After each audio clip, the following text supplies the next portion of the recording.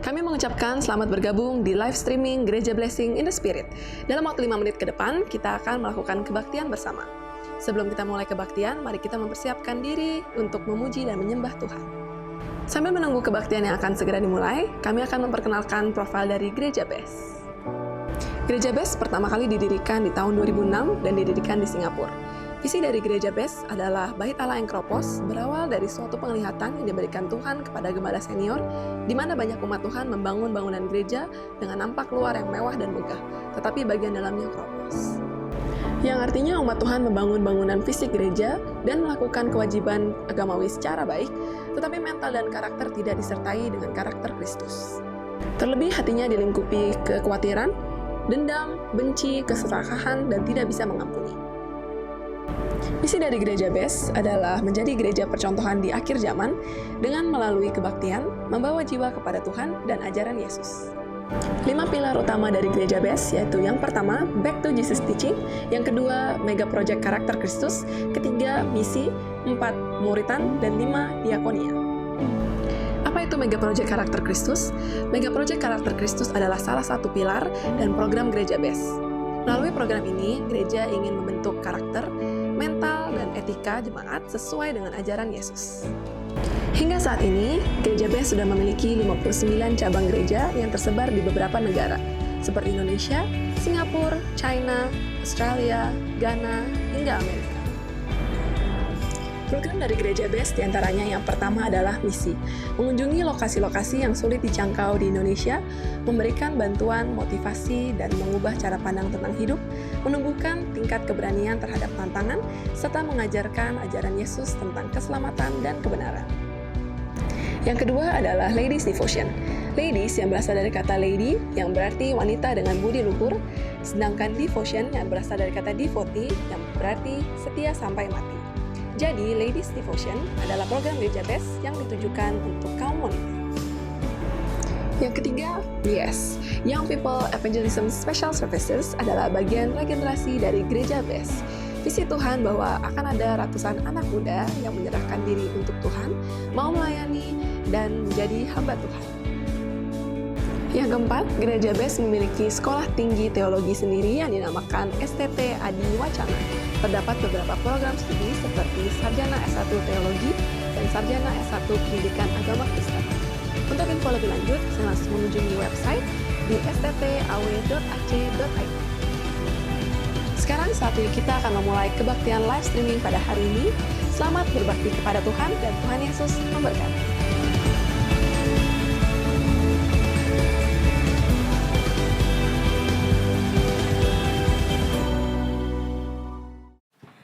Nama Tuhan, selamat pagi, shalom, haleluya.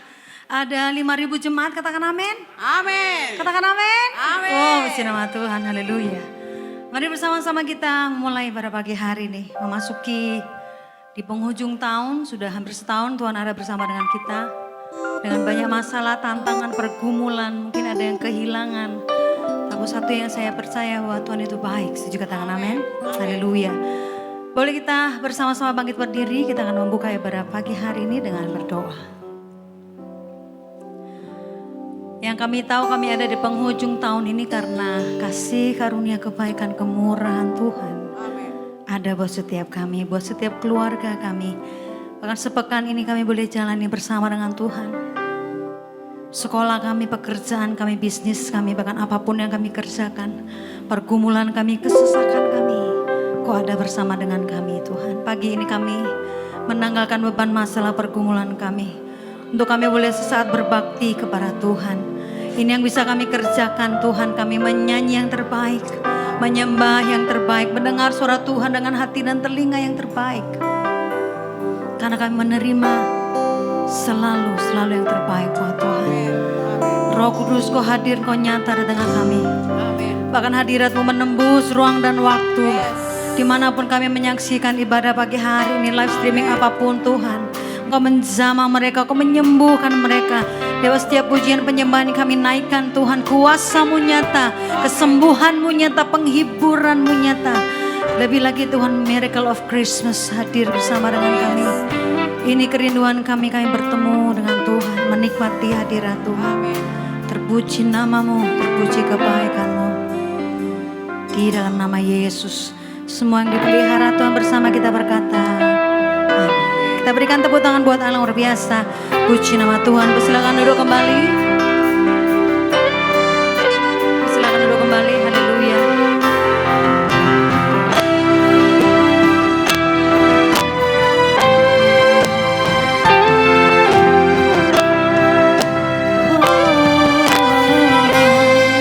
Bersama katakan, Tuhan kasih-Mu sungguhlah mempesona diriku.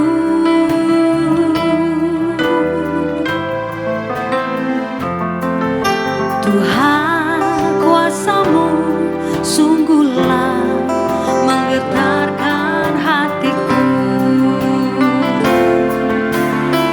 Kasih-Mu Tuhan, kasih-Mu ya Tuhan, yang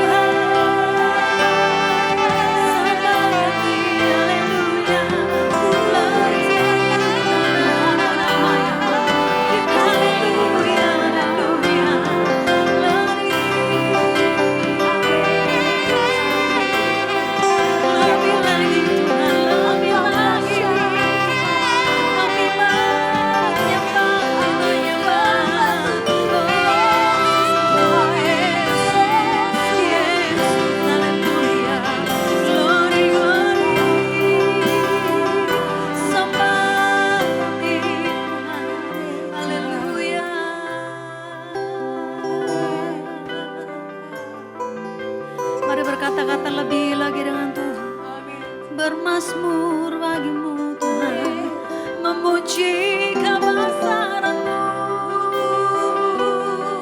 Haleluya, haleluya, Kau yang kami perlu Tuhan. Haleluya, haleluya, haleluya. Kami menyembah segenap hati kami, segenap jiwa kami, segenap roh kami. Haleluya, Glory, haleluya. Inna nama Yahweh, haleluya. Kau yang terbaik, Kau yang terbaik Tuhan. Tiada yang lain, tiada yang lain Tuhan. Haleluya, haleluya, haleluya. Terima kasih Tuhan, haleluya. Glory, namo. Mari angkat lebih baik lagi buat Tuhan. Kau hadir Tuhan, Kau menjamah setiap kami.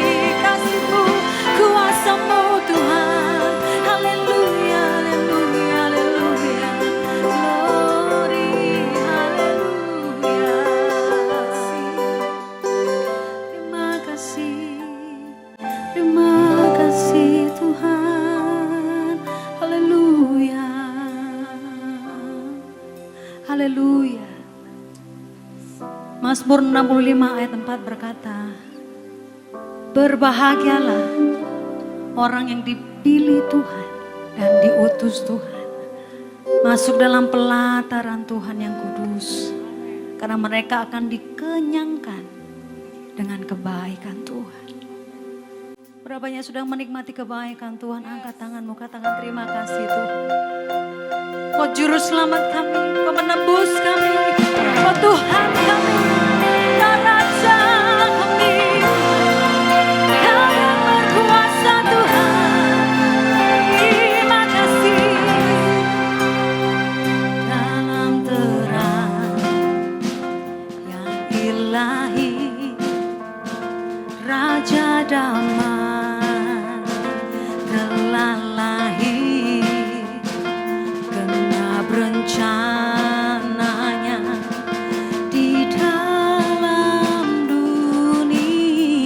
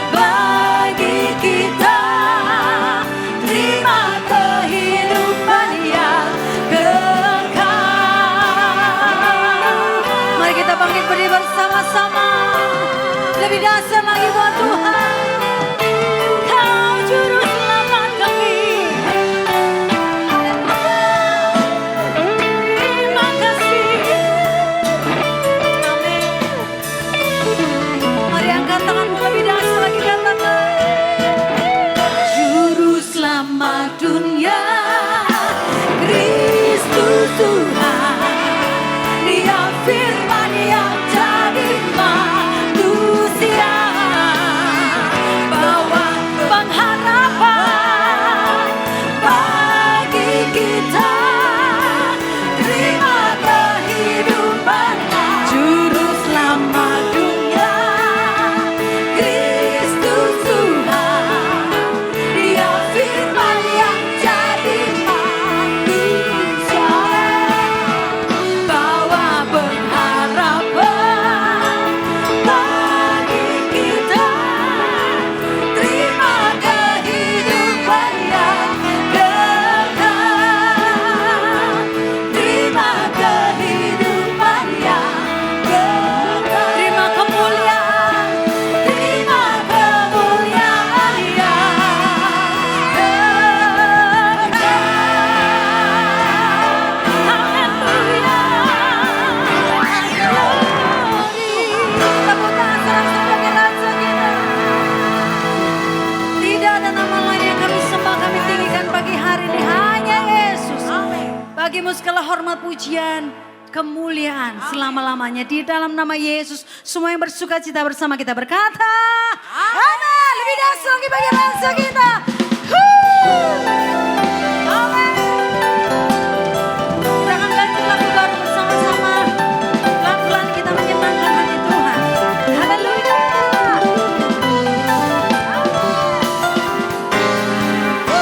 Bersama berkata,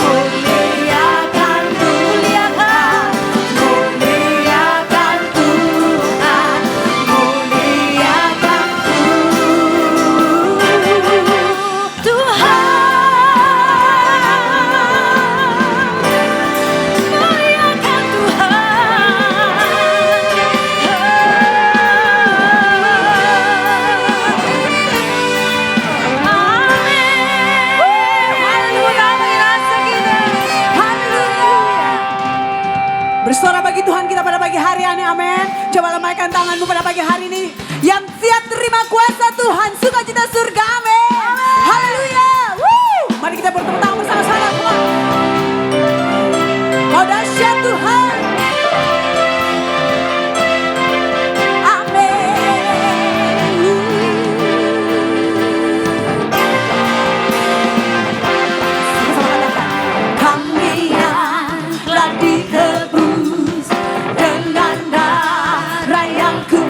Pujian bagi Tuhan kita, pujian bagimu, sebab kami baik kudus-Mu Tuhan, kami baik kudus-Mu, sebagai bukti karya-Mu, nyatakan Kau besar dan hidup, Kau besar Tuhan,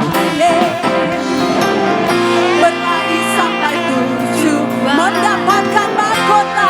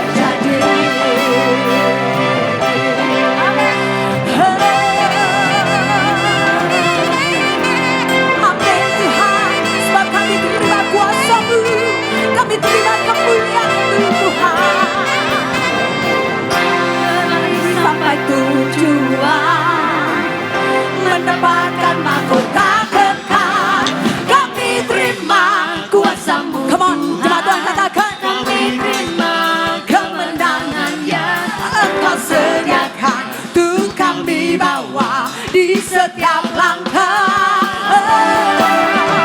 Dimanapun kami kami kan pergi, di situ pasti mujizat-Mu lebih dahsyat lagi kami terima. Kami terima kuasa-Mu, kami terima Tuhan kemenangan yang Engkau sediakan, untuk kami bawa di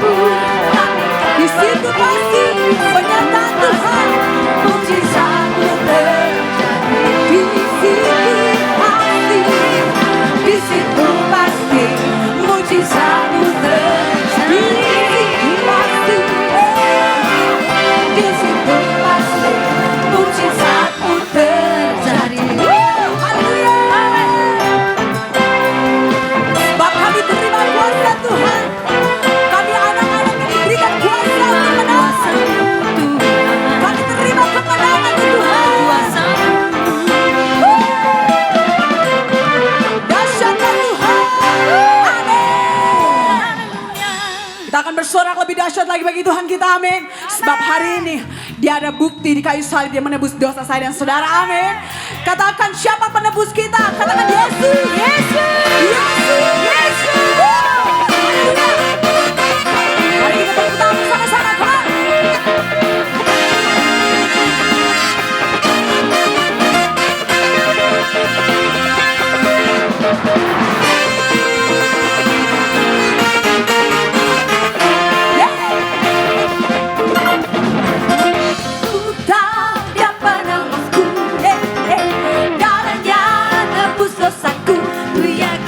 Sebab kami yakin Tuhan, ku yakin. Lebih sungguh katakan, kan deritaku, sembuhkan sakitku, ku yakin. Ku yakin, kami mau angkat panci baju Tuhan. Ku angkat panci, biarlah menang atasku, ya penebusku. Dia hiduplah, dia penebusku. Dia hiduplah, dia penebusku. Dia hiduplah, dia penebusku. Dia hiduplah.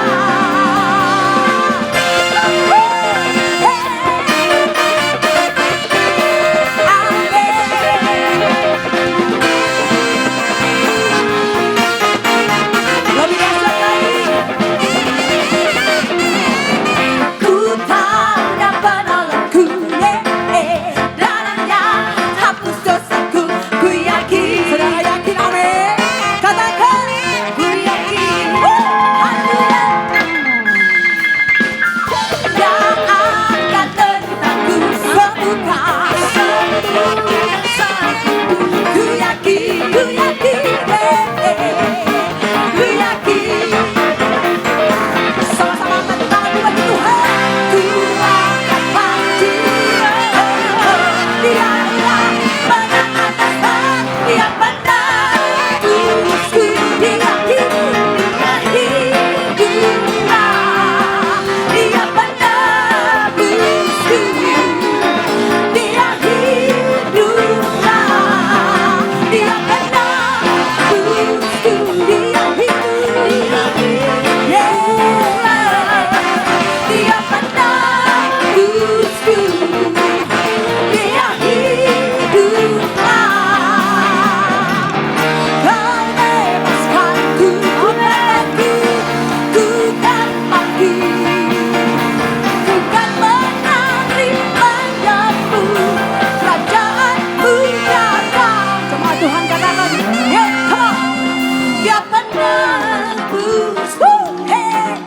Dia hiduplah. Lebih katakan, dia hidup. Lebih dahsyat lagi katakan jemaat Tuhan. Dia penebus, sebab dia hidup. Dia hiduplah, dia penebusku. Dia hiduplah, dia penebusku. Amin. Dia hidup, dia penebusku. Penebusku. Dia hiduplah. Haleluya. Thank you, Jesus. Amin. Kau dahsyat Tuhan. Haleluya. Puji Tuhan. Tetap kembali duduk dalam hadirat Tuhan.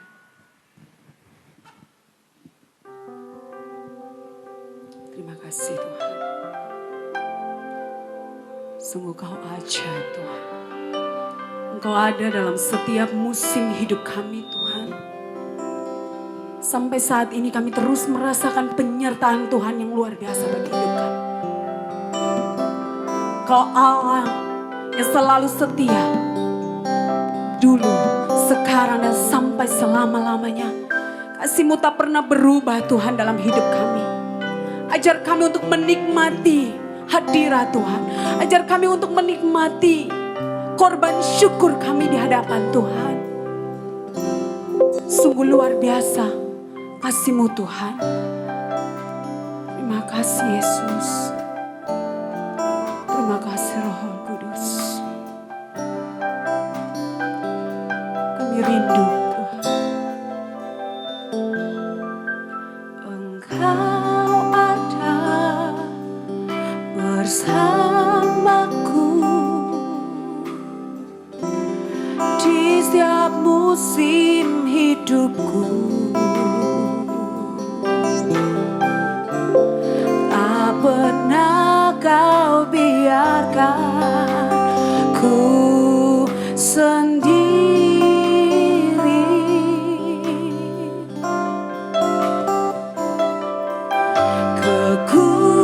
Kekuatan di jiwaku adalah bersamamu. Tak pernah ku ragukan kasih-Mu.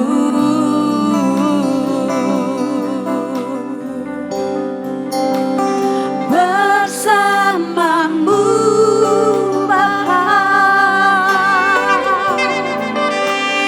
ku lewati semua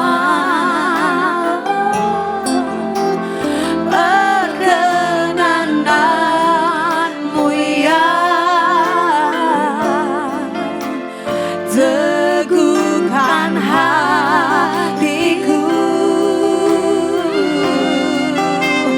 Engkau yang bertindak,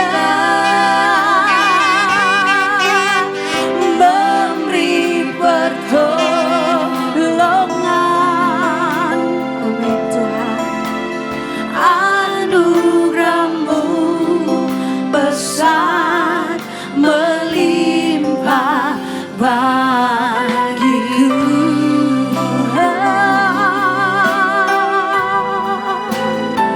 Engkau ada Tuhan, selalu menyertai. Engkau ada bersamaku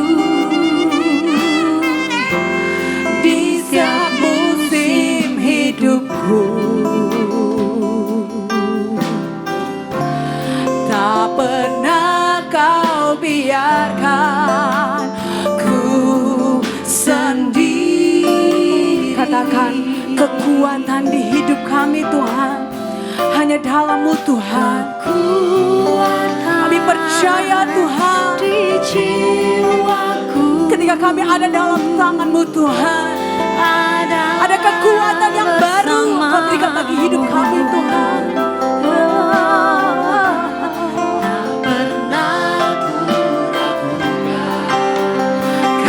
Sejemput kita semua boleh bangkit berdiri, dan kita akan angkat pujian bersamamu.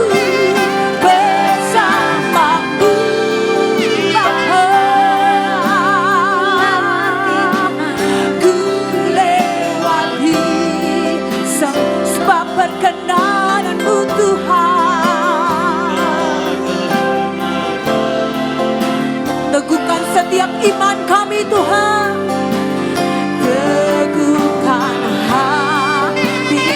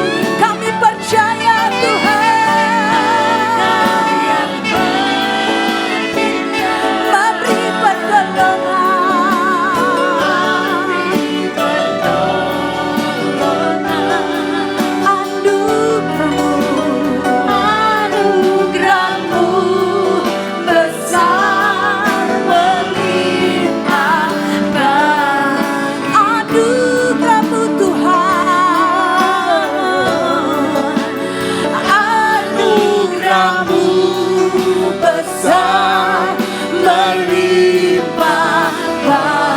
Sebab anugerahmu Tuhan, Anugerahmu besar melimpah bagiku. Mari sembah Tuhan. Glory, glory, Haleluya. glory, glory, haleluya.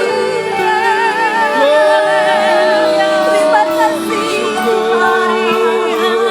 Terima kasih Yesus. Syukur kami. Amin Tuhan.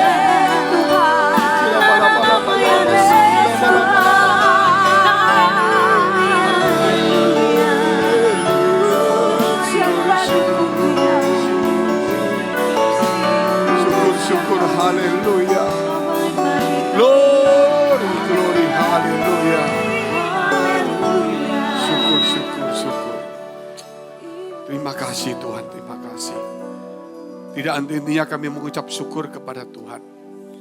Di situasi sulit pun masih ada pertolongan, penyertaan Tuhan. Di malam hari pun Kau siapkan tiang api. Di siang hari pun Kau siapkan tiang awan. Artinya penyertaan-Mu selalu ada dalam hidup kami. Namun kerap kali kami yang Tuhan tidak menganggapnya dengan benar.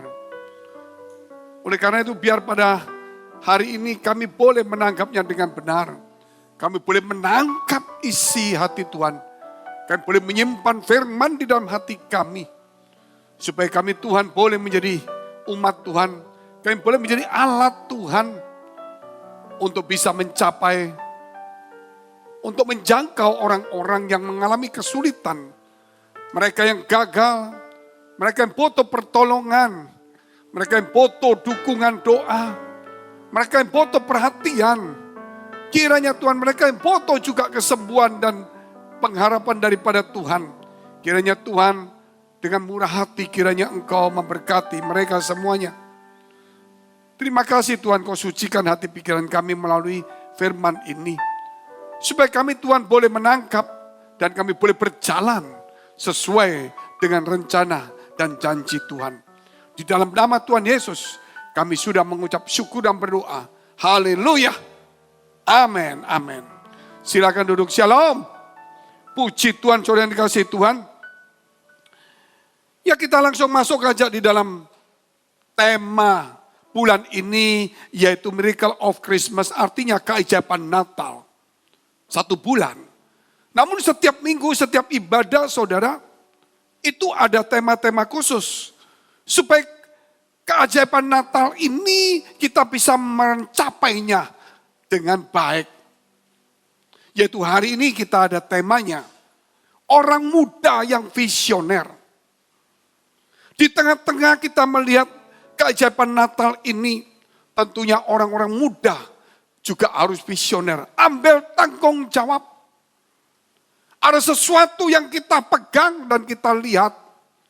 Supaya ibadah itu bukan hanya satu rutinitas. Sesuatu yang sepertinya kebiasaan. Sama seperti saudara makan, itu bukan hanya kebiasaan.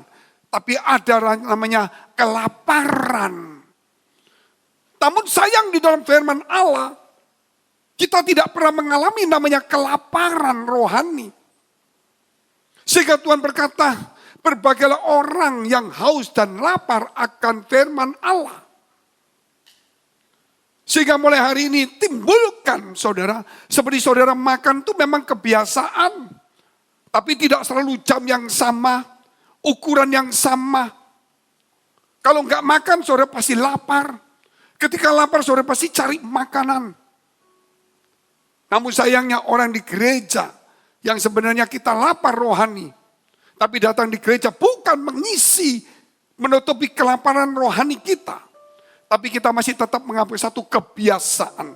Artinya rumah rohani kita, hidup kita, rohani kita saudara.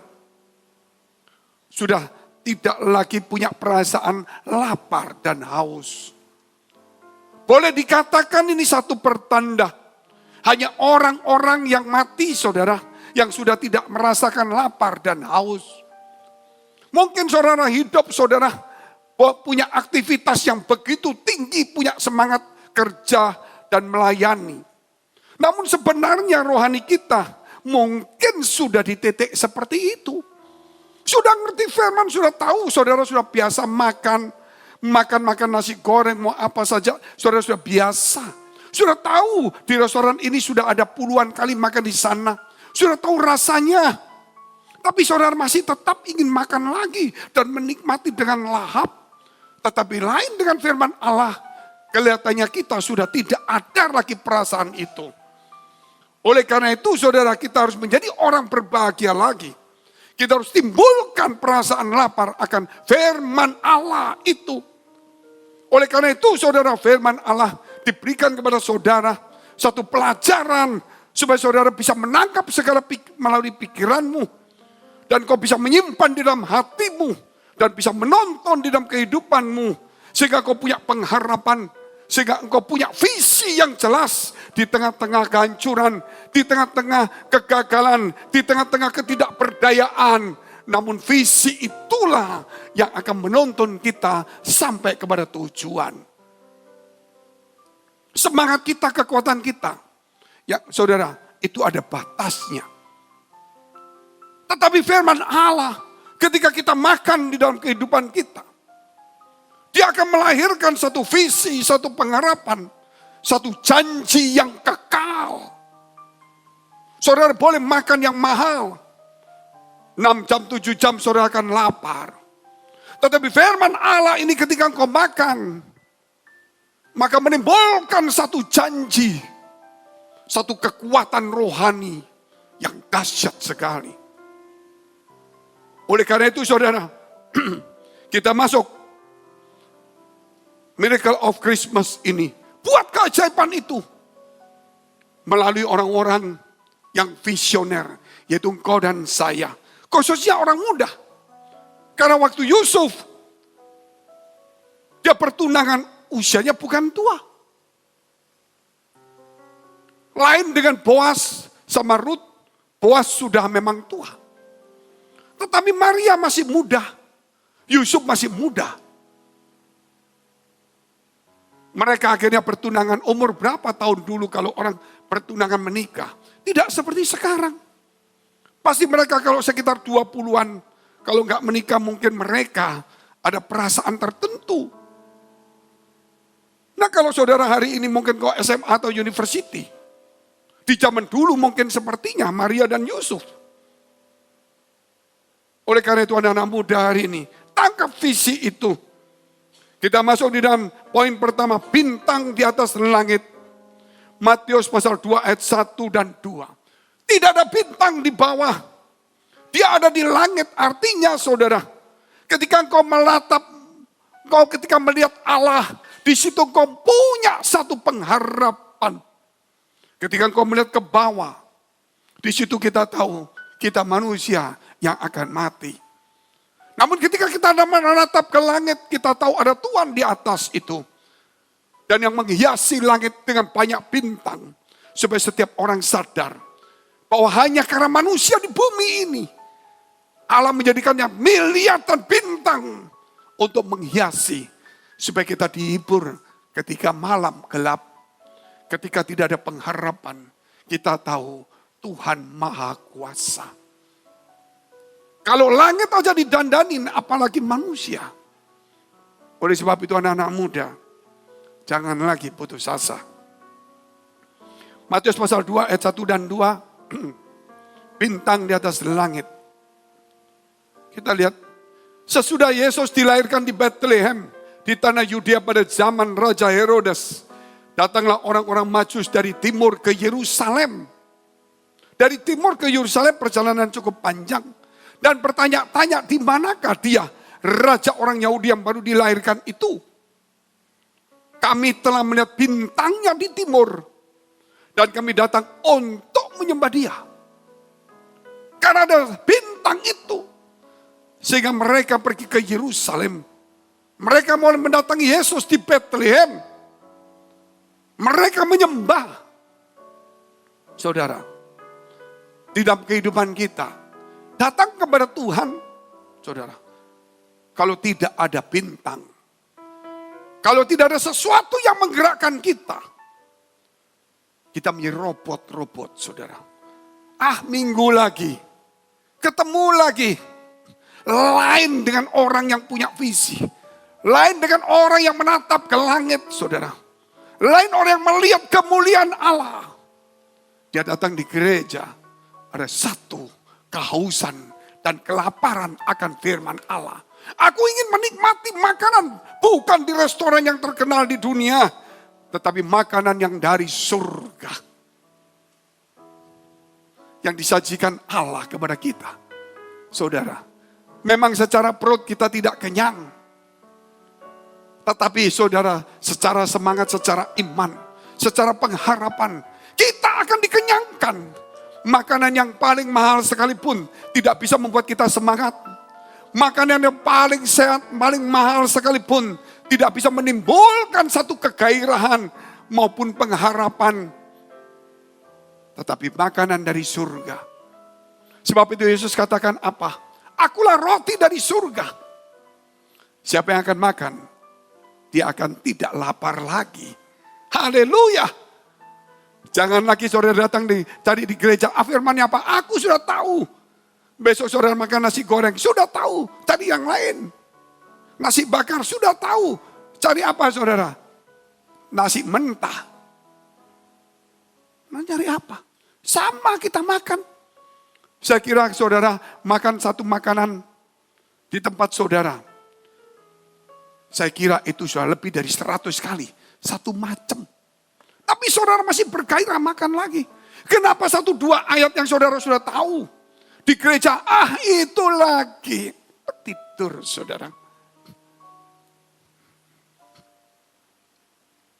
Berbahaya. Ada yang gak beres dalam hidup kita. Ayat yang ke-10. Matius pasal 2 ayat 10. Ketika mereka melihat bintang itu, sangat bersukacitalah mereka. Belum berjumpa Yesus dalam perjalanan, karena melihat bintang itu mereka bersukacita. Belum berjumpa Yesus. Bagaimana dengan kita yang telah berjumpa Yesus, telah menikmati saudara firman, telah menikmati kebenaran Allah. Masakah tidak ada sukacita? Berarti bintang itu telah hilang dalam hidup saudara. Kembalilah saudara. Bukan bintang-bintang umum yang kita lihat. Tapi ini kita bicara secerca harapan. Yang disinarkan Allah di dalam kehidupan kita. Berupa sebuah janji dan firman Allah yang kekal. Kita harus tangkap itu. Oleh sebab itu minggu aku mau cari secerca sinar dari surga itu. Atau roti dari surga itu. Mungkin saudara mau kemis, mau Jumat. Aku ingin mendengarnya. Aku ingin melihat cahayanya. Aku ingin menikmati rotinya yang dari surga. Bukan jadi orang kebiasaan yang di gereja. Yang hanya tertarik karena situasi yang ramai. Hilar bingar. Tetapi ada sesuatu pribadi saudara yang mengalami kebutuhan akan hadirat Allah. Kebutuhan akan sinar cahaya secerca itu yang dari surga. Yang sanggup menerangi hati kita yang gelap. Pikiran kita yang gelap. Mungkin masa depan kita yang gelap. Tapi kita bisa menikmatinya. Saudara dikasihi Tuhan, kita lihat poin yang kedua. Hikmat dan bijak orang muda. Dibutuhkan hikmat dan kebijaksanaan untuk orang-orang muda. Matius pasal 2 ayat 4 sampai dengan 6. Bagaimana kita mendapatkan hikmat dan bijaksana, Pak? Orang Majus ini berjalan, ada sebuah bintang yang menuntunnya. Namun kemudian mereka ada sampai di Yerusalem. Karena mereka tangkap itu seorang raja lahir.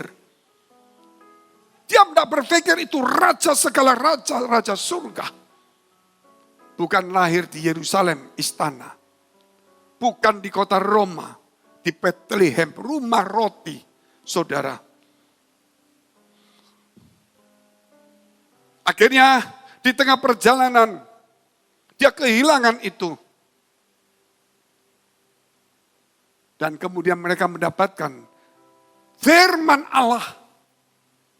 Sehingga mereka menuju ke Bethlehem kembali. Kita lihat dulu, hikmat dan bijak orang muda, Matius pasal 2 ayat 4 sampai dengan 6. Ketika mereka kehilangan karena mereka berpikir itu di Yerusalem, bintang itu hilang. Maka dikumpulkannya semua imam kepala dan ahli Taurat bangsa Yahudi. Lalu dimintanya keterangan dari mereka di mana Mesias akan dilahirkan. Mereka berkata kepadanya, di Bethlehem tanah Yudea. Karena demikian ada tertulis dalam kitab Nabi. Dan engkau Bethlehem tanah Yehuda, engkau sekali-kali bukanlah yang terkecil di antara mereka yang memerintah Yehuda. Karena daripadamu akan bangkit seorang pemimpin yang akan menggembalakan umatku Israel. Firman Allah, saudara, membuat mereka kembali menuju ke Bethlehem. Kerap kali saudara-saudara berkata, Yesus itu Tuhan yang luar biasa. Kalau begitu aku mau tinggal di Yerusalem. Aku anak raja. Pikiran kita berbicara tentang kemegahan, kemewahan dunia. Tapi kita lupa, saudara, bahwa pikiran kita harus melihat kemuliaan surga. Bukan sebuah istana, bukan sebuah secara duniawi. Tetapi saudara di gereja melihat dan mencari kemuliaan surga. Walaupun mungkin gereja kita bentuknya kecil, mungkin juga sebuah pondok. Tetapi tidak mengurangi kemuliaan surga itu. Karena para gembala pun datang ke sana. Karena dia melihat langit Efrata dipenuhi malaikat Tuhan. Jadi yang membuat tempat itu punya kemuliaan. Bukan mewahnya. Bukan mahal, bukan megahnya. Tetapi makhluk surgawi itu yang membuat tempat itu ada kemuliaan surga. Demikian juga hari ini saudara, kerap kali pandangan kita juga berbeda. Aku anak Tuhan, aku harus kaya, tinggal di ini mobil. Ada juga bisa. Tetapi itu kemuliaan dunia. Yesus pernah ditawarkan oleh iblis kemuliaan dunia. Kalau dia mau menyembahnya. Tapi Yesus menolaknya. Karena kemuliaan surga melebihi dari kemuliaan dunia. Oleh karena itu banyak orang, saudara, menolak dunia. Tetapi untuk menuju surga. Mungkin kata-kata saya, saudara, sebagai orang-orang tertentu, ini salah. Saudara membaca Ibrani pasal 11. Bagaimana Musa menolak sebagai anak Firaun tinggal di istana. Karena dia melihat kemuliaan surga lebih daripada istana. Makan yang cukup, pengawal yang cukup, semuanya serba cukup, serba megah. Tidak bisa mengalahkan kebahagiaan, kemuliaan surga. Oleh sebab itu banyak orang-orang, saudara, yang dianggap bodoh oleh dunia. Ikut Tuhan, kok mau bayar harga, kok mau pikul salib, dia belum tahu rasanya. Sukacita dari surga. Sama seorang ibu yang mengandung, dia sakit, susah. Perutnya ditarik, kulitnya sakit. Selama 9 bulan dia mesti jaga jalannya. Tidur tidak bisa tengkurap. Kenapa saudara? Dia menderita. Karena ada sukacita besar yang mengalahkan penderitaannya. Karena seorang anak telah lahir. Walaupun dia mengalami kesakitan, dia menjerit. Namun setelah itu dia tersenyum, bahagia. Itu orang tidak pernah mengetahui kesukaan surga melebihi daripada dunia. Sehingga sekarang orang-orang dilarikan di gereja yang sebenarnya ada kemuliaan surga. sukacita surga dibelokkan kepada dunia. Sama seperti kita hari ini menghadapi pencobaan ketiga oleh iblis. Kita tidak pernah menolak dunia. Tetapi saudara utamakan surga. Jangan kehilangan surga hanya karena dunia. Justru saudara membayar surga itu dengan duniamu. Miliki surga itu. Oleh sebab itu hikmat itu datang dari firman Allah. Daniel 12 ayat 1 sampai dengan 3. Kita mau melihat dulu saudara. Saya menjumpai banyak teman saya berkata, maaf Pak ya. Menurut saya menyangkal diri itu enggak perlu lagi. Karena kan kita sudah lahir baru. Kalau kita enggak nyangkal diri hari ini saudara tidak ke gereja. Kalau saudara tidak menyangkal diri saudara tidak mungkin kerja. Kalau saudara tidak menyangkal diri, saudara tidak mungkin saudara mau bangun dari tempat tidurmu. Membuka semua kegiatan. Semua. Apa yang kita nggak suka. Akhirnya kita lakukan. Itu juga bentuk penyangkalan diri. Di dunia ada. Di gereja juga ada. Di dunia supaya saudara menjadi satu orang yang punya aktivitas yang baik. Di gereja saudara nyangkal diri, bukan aktivitas yang baik. Aktivitas yang menyenangkan hati Allah. Yang menyenangkan hati penciptamu. Ada orang juga berkata kepada saya, maaf Pak, arti pikul salib kok gak ada bagi saya ya. Hidup ini enak. Saudara tanya para rasul juga enak. Walaupun saudara harus jadi martir. Walaupun dia dalam penderitaan, enak juga. Jadi kenikmatan itu bukan bicara kita tidak sakit. Kita, saudara, bukan berarti kita punya uang lebih-lebih.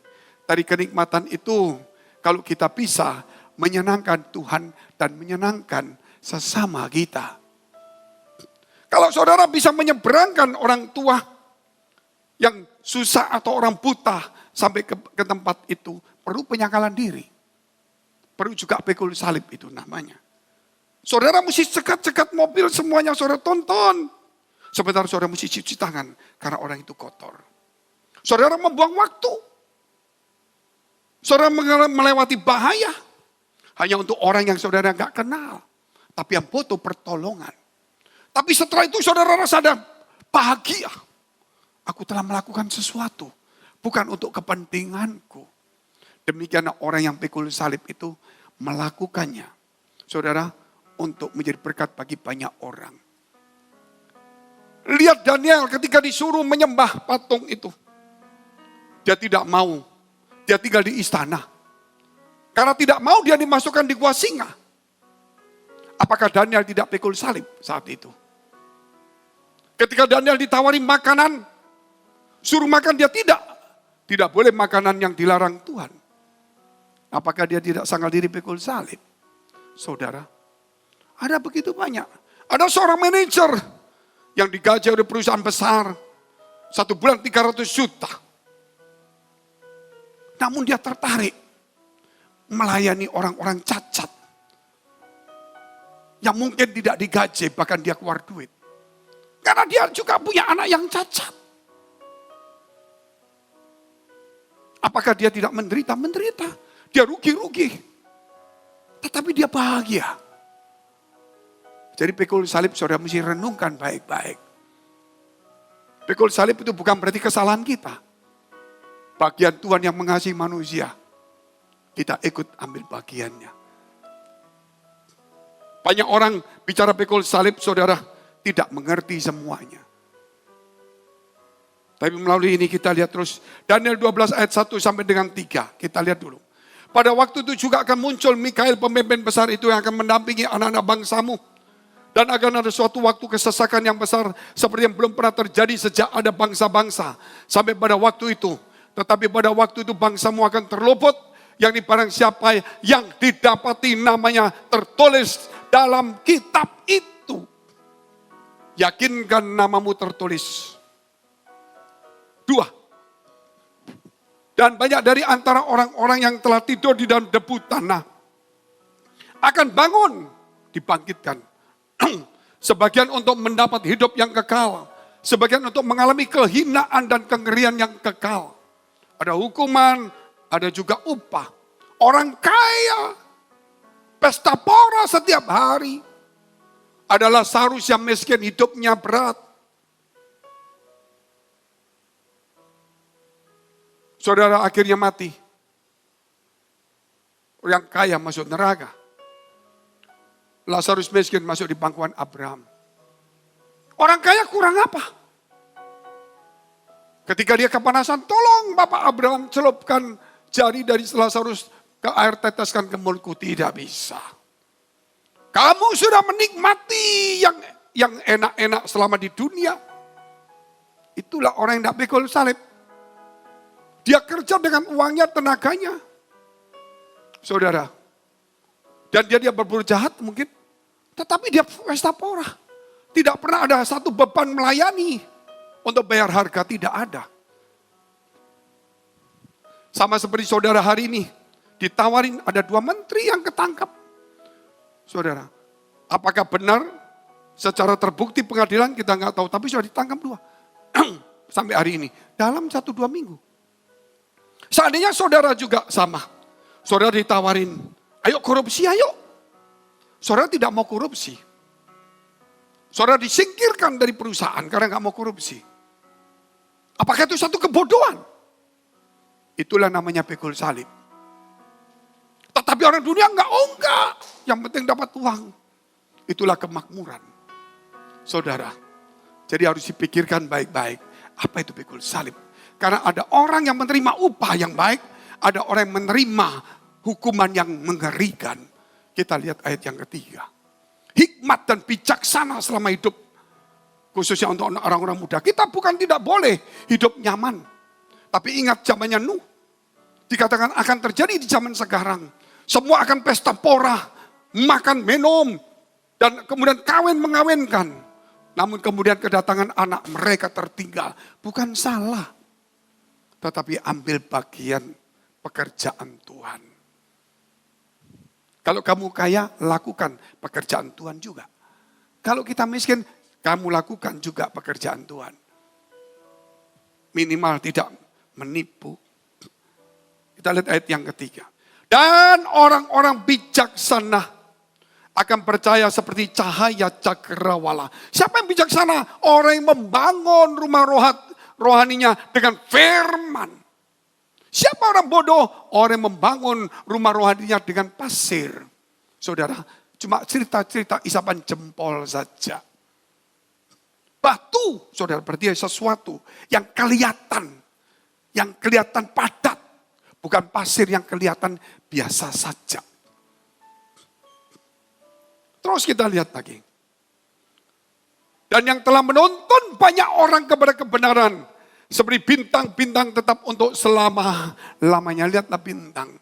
Dan kamulah salah satu bintang itu. Ketika Abraham gak punya anak. Tuhan panggil Abraham. Lihat bintang di langit. Hitung itu. Aku tidak sanggup. Demikian banyaknya keturunanmu. Seperti bintang di langit. Yang dilihat Abraham itu terlalu banyak. Dan itulah mungkin engkau dan saya. Yang menuntun orang kepada kebenaran. Bukan menuntun dirimu sendiri. Aku di gereja cukup. Aku tidak berbuat jahat. Sudah, aku kerja nikmati. Aku punya istana, punya anjing, punya sepeda motor, punya semuanya. Nikmati motor gedeku. Aku nggak salah kok, aku di gereja juga dengar firman. Tapi engkau tidak bisa menuntun orang kepada kebenaran. Bisa tanggap nggak ini? Itu orang bijaksana. Kita bicara tentang pikul salib itu. Bayar harga karena menuntun orang kepada kebenaran. Banyak orang meninggalkan pekerjaannya. Termasuk saya meninggalkan banyak. Hanya untuk hidup seperti ini. Menderita. Bahagia, lebih bahagia daripada siapapun. Yang punya rumah mewah sekalipun. Yang saya jumpai orang yang tersenyum, saya lebih bahagia dari dia. Saya kasih tahu jujur saya ngomong. Saya menikmati lebih daripada orang lain. Ketika saya melihat orang air matanya keluar. Mendengar firman kemudian dia kuat. sukacita besar dalam hidup saya. Bukan saya makan melihat orang menderita, saya tetap makan. Itu karena pikul salib gua enggak. Tidak berlaku dalam hidup itu. Kita lihat terus saudara, di dalam 2 Timotius pasal 2 ayat 22, anak-anak muda khususnya. Jangan hanya kerja untuk dunia saja. Sebab itu jauhilah nafsu orang muda. Kejarlah keadilan, kesetiaan, kasih dan damai bersama-sama dengan mereka. Siapakah mereka itu? Orang-orang yang kita layani. Orang-orang yang bersama cari Tuhan, bukan aku sendiri. Yang berseru kepada Tuhan dengan hati yang murni. Anak-anak muda, kejarlah itu. Kejar! Bukan kejar harta, kejar. Aduh saudara. Prestasi. Kita boleh itu, tetapi utamakan Tuhan. Tuhanlah yang utama yang memberikannya. Sia-sialah orang bangun pagi-pagi. Makan roti dengan susah payahnya.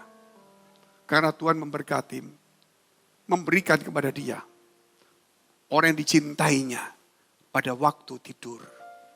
Artinya setelah kita kerja, Allah memberkatinya kerjaan kita. Kalau kita kerja terus, namun Allah tidak memberkati kerjaan kita, ya terus tumpang tindih terus begitulah hidup itu. Orang muda yang visioner, tangkap itu. Kejarlah keadilan. Hidup damai, kesetiaan, saudara. Kejar itu. Kita lihat terus saudara. Orang muda yang visioner. Mazmur 127, tadi ayat 2 sampai dengan ayat 4 boleh keluarin. Sia-sialah kamu bangun pagi-pagi dan duduk-duduk sampai jauh malam. Tangkap ini.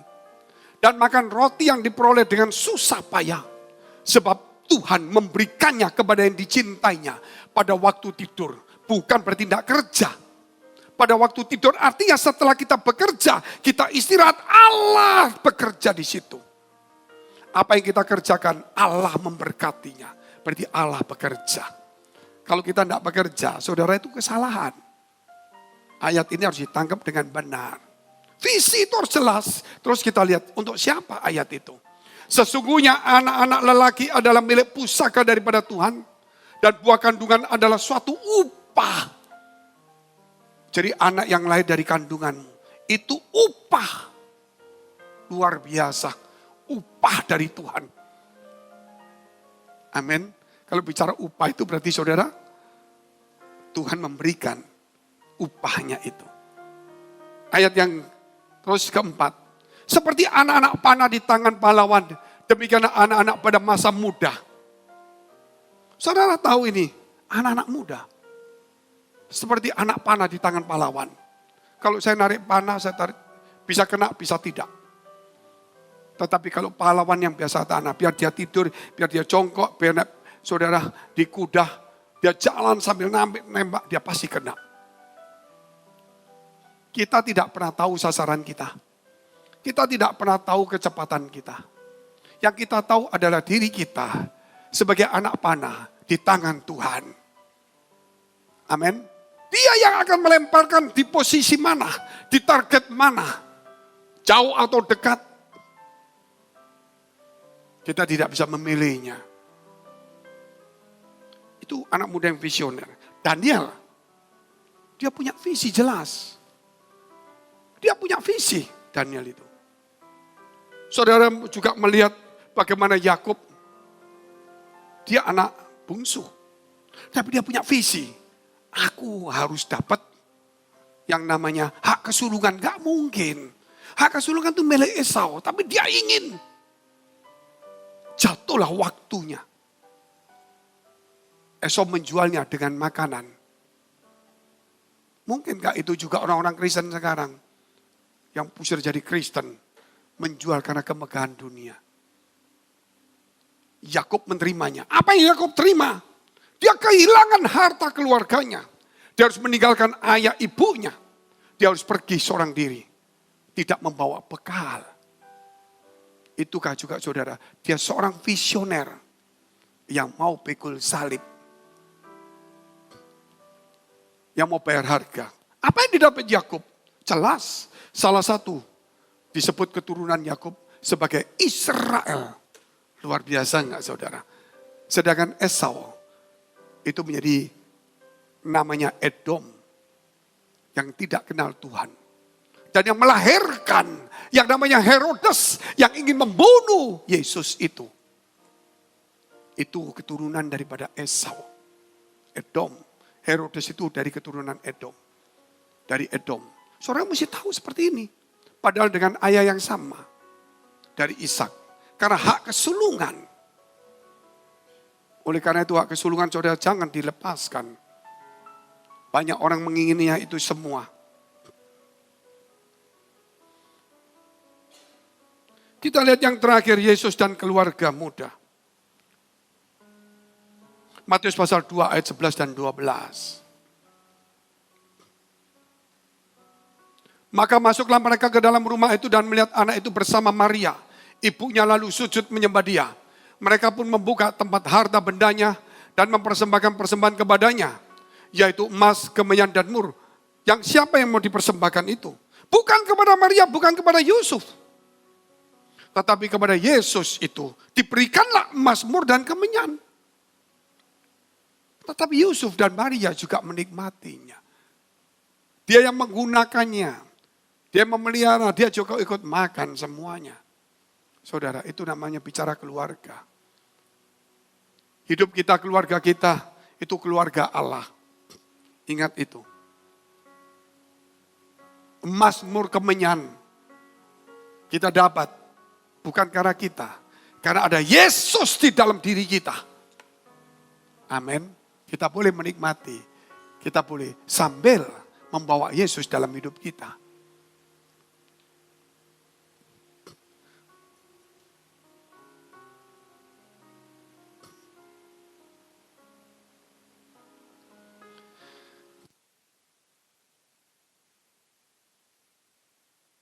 Kembali kepada Herodes, maka pulanglah mereka ke negerinya melalui jalan lain.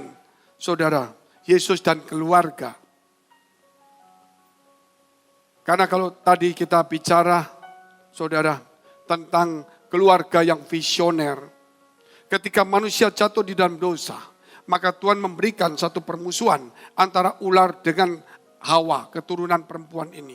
Dikatakan keturunan perempuan ini akan menginjak keturunan daripada ular dan meremukkan kepalanya. Dan keturunan ular ini akan menghancurkan, meremukkan tumit dari keturunan perempuan. Itu menggambarkan Yesus yang mati di kayu salib demi menghancurkan kutuk dan dosa. Ini bicara keturunan, itu bicara keluarga. Sehingga Yesus harus turun di dalam sebuah keluarga. Saudara. Sebab itu dikatakan Yesus dan keluarga. Anak-anak muda, keluarga ini bukan bicara keluarga orang tua saja. Keluarga muda. Engkau sebentar lagi akan masuk di situ. Dan sebelum masuk apa yang harus kamu dapat? Visi itu jelas. Maria dapatkan visi itu jelas. Sebelum punya anak Yusuf, sebelum menikah resmi, baru bertunangan dia dapat visi juga. Jangan cuma menikah karena hawa nafsu, saudara. Saudara harus tangkap visi itu dulu. Tuntunan Tuhan itu apa kepada kita? Oleh sebab itu dikatakan anak muda, jangan kamu menganggap rendah dirimu sendiri karena kamu muda. Anak-anak muda, saudara. Jadi saya mau ingin supaya orang-orang muda ini yang visioner. Yakub visioner, Yusuf dari anaknya Yakub visioner juga. Daniel visioner juga. Saudara lihat semua yang dipakai Tuhan rata-rata visioner semuanya. Kalau kita cuma tahu firman Allah, kita cuma ahli Taurat. Kita bisa ngeritik orang tapi kita tidak pernah pergi ke Bethlehem. Seperti kita kritik orang Majus, wih kamu punya visi hebat juga ya. Bisa tangkap, tidak ngerti firman tapi punya visi jelas. Saya jari kamu ya ayatnya ini loh. Yesus itu lahir di Bethlehem, bukan di sini. Enggak tahu nggak? Aku ini sudah lulusan pendeta sudah lama. Aku sudah 7 gereja pindah-pindah, 6 pendeta sudah mati, aku masih belum. Kesombongannya saudara. Tetapi dia menjadi ahli Taurat. Karena dia tahu firman, tapi dia tidak bisa sampai kepada tujuan. Karena tidak punya visi. Banyak orang yang punya, saudara ngerti firman Allah, tetapi tidak pernah sampai kepada tujuan. Karena seperti ahli Taurat.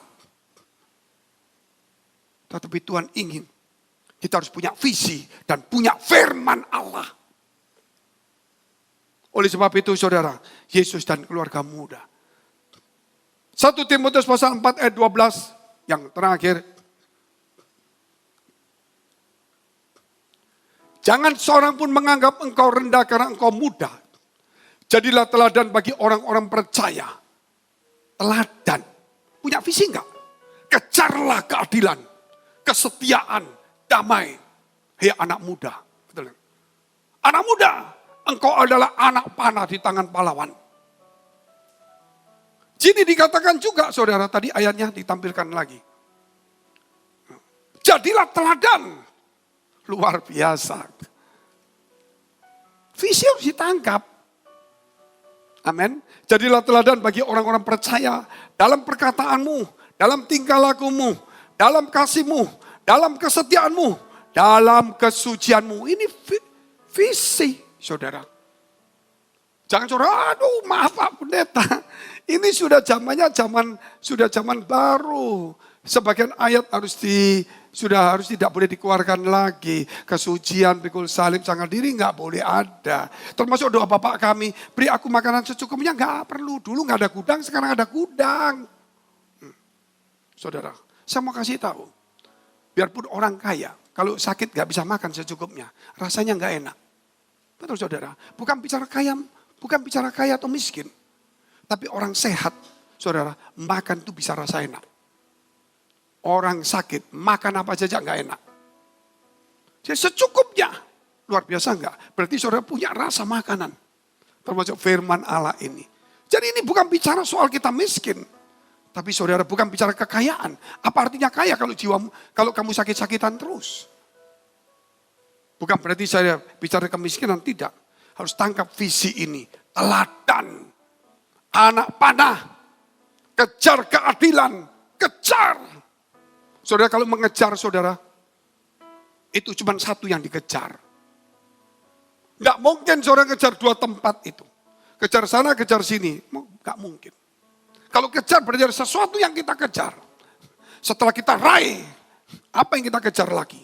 Setelah kita raih, apa yang kita kejar lagi? Amin. Luar biasa. Jangan pernah takut. Serahkan dirimu di tangan Tuhan. Jadilah anak-anak muda yang visioner. Mari saya undang untuk semua bangkit berdiri.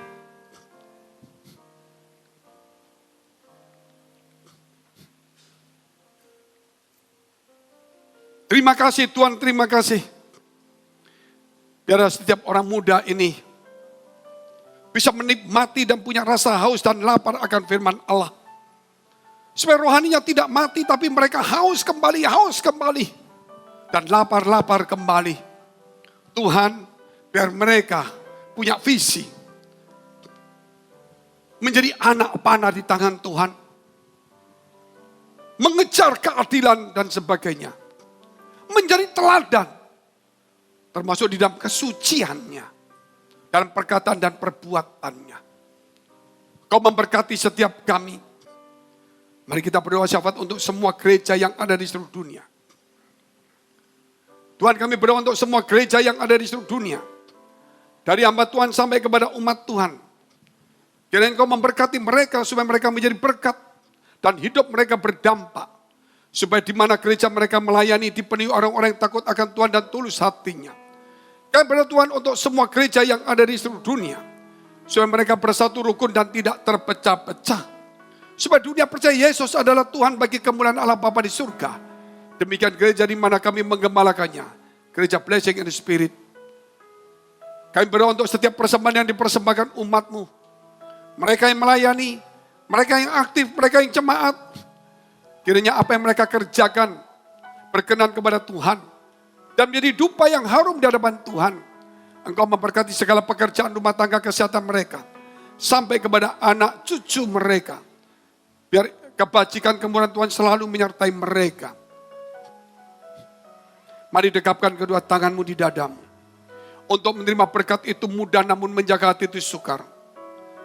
Sebab itu firman Tuhan berkata, jagalah hatimu dengan penuh segala kewaspadaan.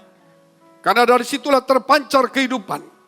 Jadilah berkat dan terimalah berkat rahmat anugerah dari Allah Bapa di surga. Di dalam putra tunggalnya Yesus Kristus yang sudah mati untuk dosa-dosa kita.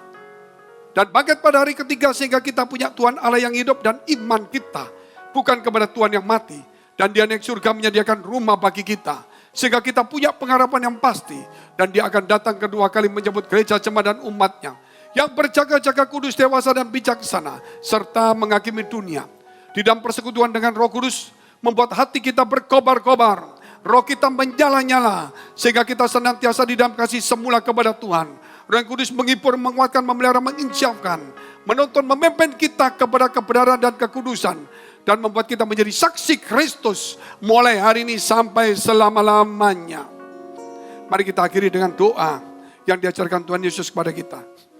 Bapa kami yang ada di surga. Dikuduskanlah namamu. Datanglah kerajaan. Jadilah kehendak-Mu di bumi seperti di surga. Berikanlah kami pada hari ini makanan kami yang secukupnya. Dan ampunilah kami akan kesalahan kami.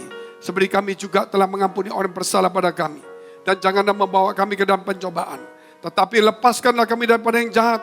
Karena Engkau yang punya kerajaan dan kuasa. Dan kemuliaan sampai selama-lamanya. Haleluya. Amin.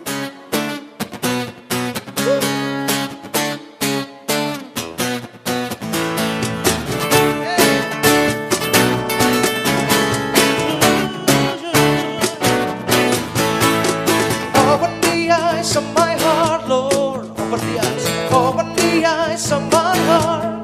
I want to see You. I want to see You. Open the eyes. Open the eyes of my heart, Lord.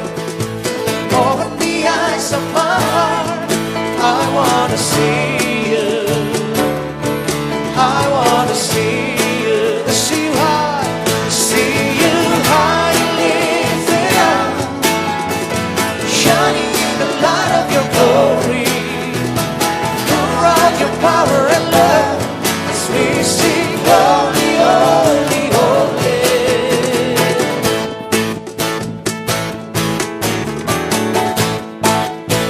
Mari sama-sama katakan, open the eyes of my heart,